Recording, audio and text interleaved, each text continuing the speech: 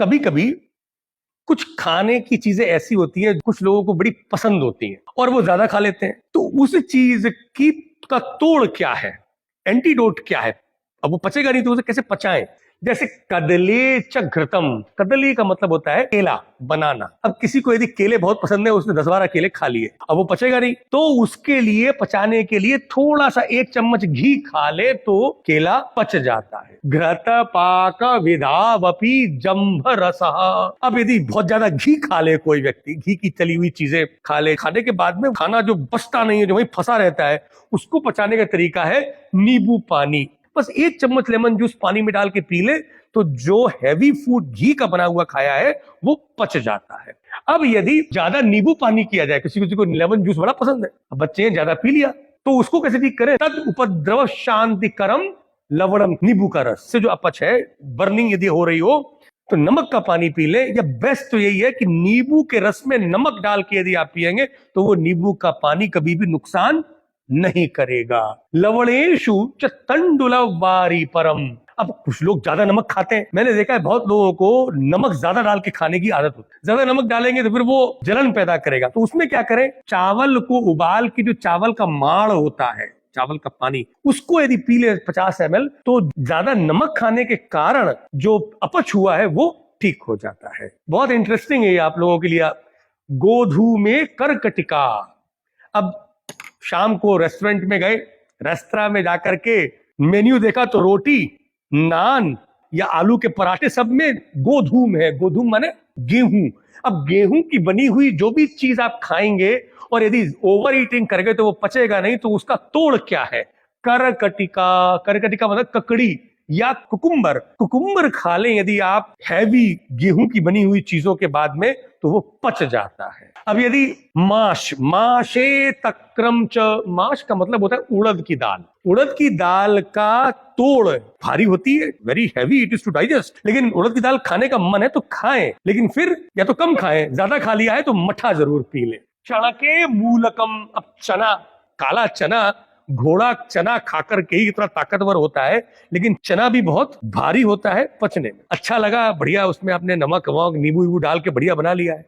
तो मूलकम चणके, ये जो मूली होती है, यदि मूली को पीस पीस करके यदि आपने चने को उबाल के उसमें मिला के खाए तो चना बहुत जल्दी पच जाता है, अपच नहीं करता, अजीर्ण नहीं करता है। आमलकम किल मुदगे। मूंग दाल जनरली पच जाती है क्योंकि वो लाइट टू डाइजेस्ट होती है। अब ज्यादा क्वांटिटी में मूंग की दाल पचती नहीं है, तो उसे कैसे पचाएं? आमलकम। ये जो आमलकी है, आंवला का पाउडर 1 चम्मच डाल दें यदि आप मूंग की दाल में, तो मूंग की दाल आराम से पच जाती है। कुल्थी, जनरली तो लोग नहीं खाते हैं कुल्थी इतना, कुछ लोग खाते हैं, आसानी से पचती नहीं है कुल्थी। अब कुल्थी को पचाना है तो उसमें 1 चम्मच तेल डाल दें। किया अजीर्णम तैलम कुलथ्यजामितिम। जो कुल्थी को यदि पचाना है तो आप तेल का प्रयोग करें। द्राक्षा मुकूल निकोचक सेवितम। निकोचक का मतलब होता है पिस्ता। पिस्ता लोग बहुत खाते हैं, पिस्ता है, बादाम है, ड्राई फ्रूट्स। अब पिस्ता खाएंगे उसको बोलते हैं निकोचक। यदि आपने, बच्चे ने या किसी ने ज्यादा अमाउंट में पिस्ता खा ली, खाता चला गया, एकदम गर्मी हो जाती है, एकदम नाक से ब्लीडिंग हो सकती है, तो क्या करें? द्राक्षा मतलब अंगूर, यहां पे किशमिश से मतलब है, रेजिन से मतलब है। रेजिन खिला दें 10-12 तो अपने आप उसका काउंटर हो जाता है, उसकी जो गर्मी है वो कूल हो जाती है। वाताम व्रंत फलम पाक करम लवंगम।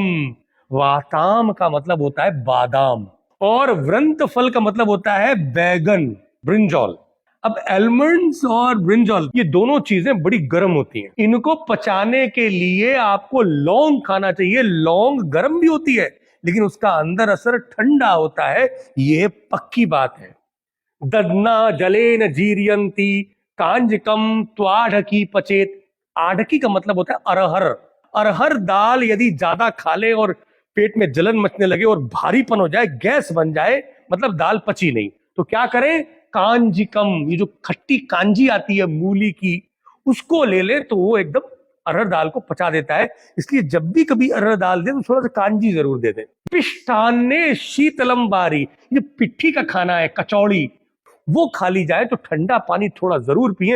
ये ठंडे पानी को भी यहाँ पर काउंटर के लिए मेडिसिन की तरह यूज किया गया है। कृशरान्ने तु सैंधवम, कृशरा का मतलब होता है खिचड़ी। खिचड़ी थोड़ी प्रमाण में खाएंगे तो कोई नुकसान नहीं करती, पच जाती है, पर यदि ज्यादा खा ली खिचड़ी तो पचती नहीं है। तो क्या करें, सेंधा नमक डाल के खिचड़ी खाएं तो वो पच जाता है। माशांडेरियाम निम्ब मूलम, अब जो उड़द दाल का जो वड़ा होता है, इडली वड़ा जो साउथ में हम लोग खूब खाते हैं, वो हैवी होता है, आसानी से पचता नहीं है। इसको पचाना है तो नीम की जो जड़ है, नींब मूलम, या नीम की यदि बार्क भी मिल जाए, उसकी छाल, तो उसका थोड़ा सा काढ़ा बना करके यदि 10 ml भी पी ले तो वो पूरा पच जाता है। और यदि आपने बहुत ज्यादा खीर खा ली, अब वो पचा नहीं, तो उसे क्या करें, उसके लिए मुदगयूष, मूंग की दाल का सूप बना करके थोड़ा सा पी ले तो जो खीर खाई है उसका काउंटर हो जाता है, अपच ठीक हो जाती है। तो ये एक बहुत secret part of counter antidote of